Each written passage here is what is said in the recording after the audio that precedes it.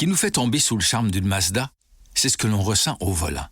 Le confort raffiné, le plaisir, la puissance. Mazda, conduisez sans mesure. Découvrez-en plus sur Mazda.ca. Le commentaire de Mathieu Bock-Côté, dépensé pas comme les autres. Alors Mathieu, désolé, on a dérivé un peu avec Adrien Pouliot, on a mangé un peu de ton temps. La France dit non à l'écriture inclusive, tu dois être extrêmement heureux. Ah ben oui, ben en fait, ça c'est l'œuvre de Jean-Michel Blanquer. Jean-Michel Blanquer, qui est le ministre de l'Éducation nationale, qui est une des bons éléments du mandat Macron, du quinquennat Macron. Alors Jean-Michel Blanquer, c'est un élément, il n'aimerait pas le mot, mais on pourrait dire plus conservateur, plus classique à l'intérieur du macronisme.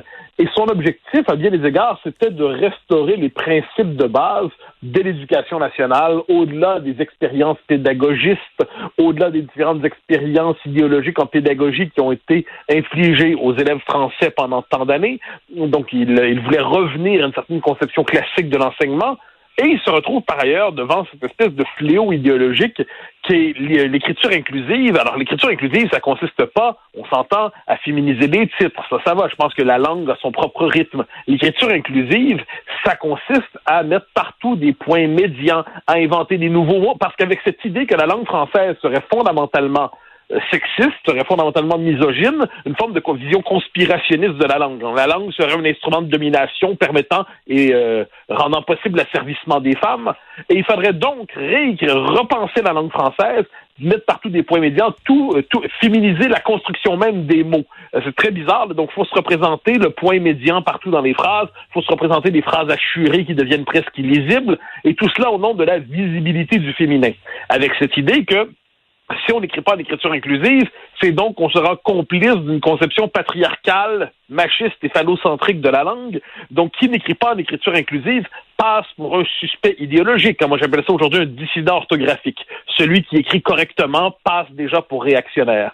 Eh bien, Jean-Michel Blanquer voit ça, puis voit que c'est un effet de bulle idéologique, une bulle idéologique dans le milieu universitaire, mais qui avait contaminé déjà l'éducation nationale, qui contaminait une bonne partie de l'administration, qui commençait à percer. Donc, dans la mesure du possible, il cherche à stopper ça pour ramener tout simplement le droit à une éducation en français normal, appelons ça comme ça, dans le français classique, le français qui permet d'avoir accès aux œuvres, qui permet de penser, qui permet d'écrire, et non pas le français devenu code idéologique, comme c'est trop souvent la mode avec ce néo-féminisme qui n'est pas tout le féminisme, loin de là, mais qui a une certaine influence idéologique. Un dernier mot, au Québec, cela dit, c'est très avancé l'écriture inclusive, très, très avancé, et on sent pas de volonté d'y tenir tête, autrement, encore une fois, que par notre proverbial bon sens, il serait peut-être temps de mener cette bataille ici aussi.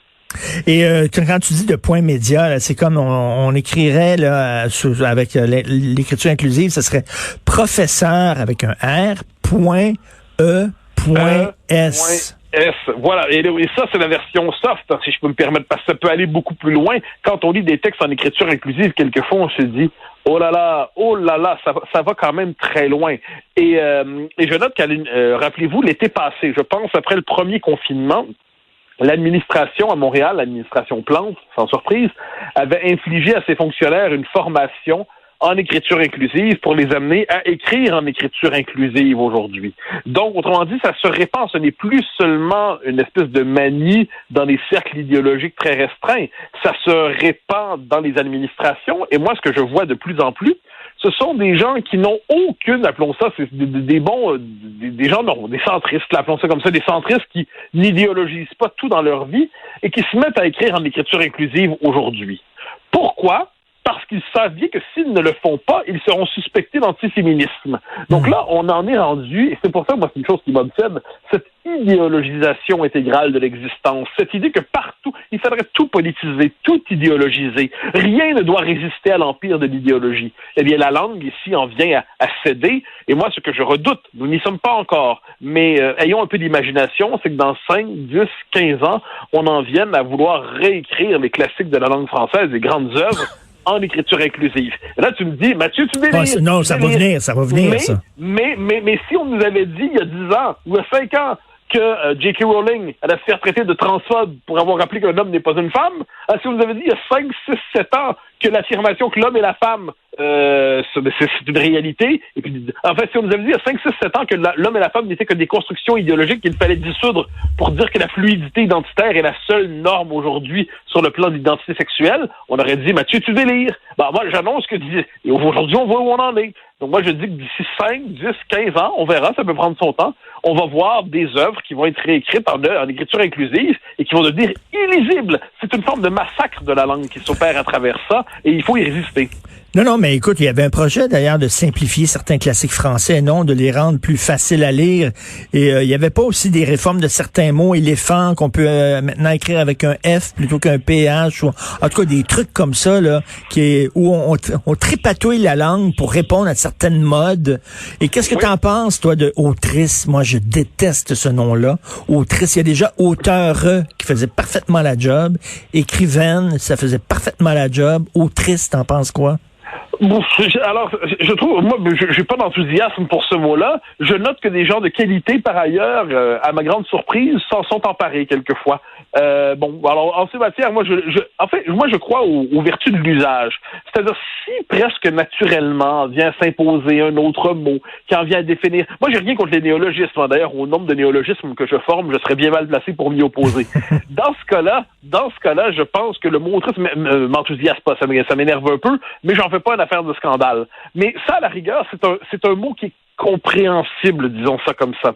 Alors que là où on voit l'étape où on en est rendu, c'est que c'est la déformation, c'est le déchiquetage des mots. C'est ça le véritable enjeu.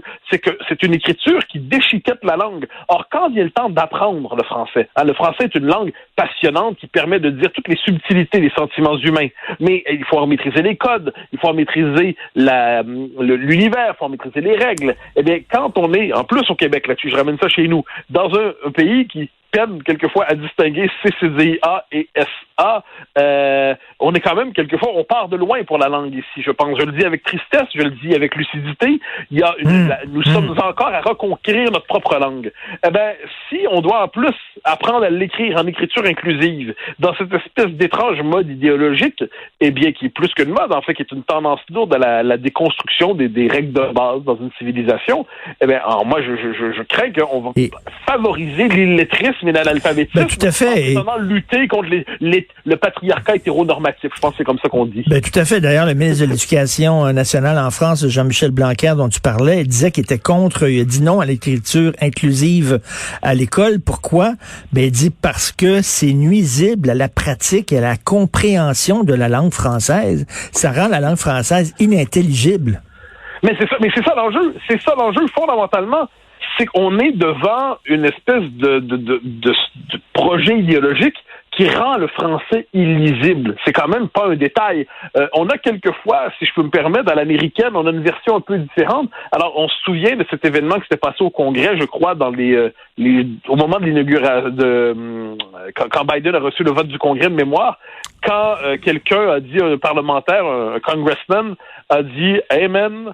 Hey woman. Ben oui. Mais ça c'est formidable. Alors là, on voit, c'est de la névrose idéologique pure. Là, on dit, OK, donc là, la signification d'un mot, donc c'est parti, un mot, sa signification en anglais, enfin, on voit ce qu'on dit, c'est la connotation, le son que ça fait en anglais, ça va nous amener à réinterpréter les mots de la langue anglaise, dans ce cas-là, pour les américaniser mentalement, pour s'assurer, en fait, c'est assez génial, que si quelque chose, un mot étranger sonne autrement en anglais, il faut le soumettre au code et aux exigences de la langue anglaise, version féminisme radical sur ce mot-là, amen et woman. Donc moi, j'ai une obsession, mais c'est pas pour rien que je cite aussi souvent Kessler, Miloche, Orwell et Solzhenitsyn, c'est que ce sont des écrivains qui ont réfléchi à ce qu'on pourrait appeler la corruption du langage, qui est le propre du totalitarisme. Alors, je ne dis pas que l'écriture inclusive, c'est du totalitarisme. Je dis simplement que la corruption du langage a des effets ensuite sur la capacité de penser, a des effets sur la capacité de réfléchir.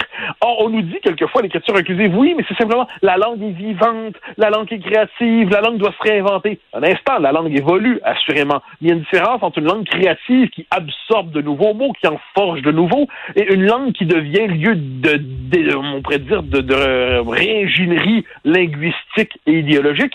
Ce n'est pas la même chose. On n'est pas ici dans la créativité linguistique. On est dans une forme de corruption du langage. Et de ce point de vue, Jean-Michel Blanquer, en France, donne l'exemple, me semble-t-il. Oui, et nous devrions le suivre ici. Et ça fait du bien de voir que la France opposait un garde-fou là, face à ce mouvement-là qui était absolument absurde. Donc, la France continue malgré tout à se tenir debout face à certains mouvements sociaux suspects.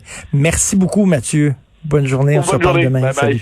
Parce qu'en assurance, ce qui compte le plus, c'est d'être là quand ça compte pour vous. Promutuelle Assurance est heureux d'être là partout avec les auditeurs de cette émission. Fiers de protéger les biens des Québécois depuis près de 170 ans aux 4 coins du Québec. Promutuelle Assurance est là.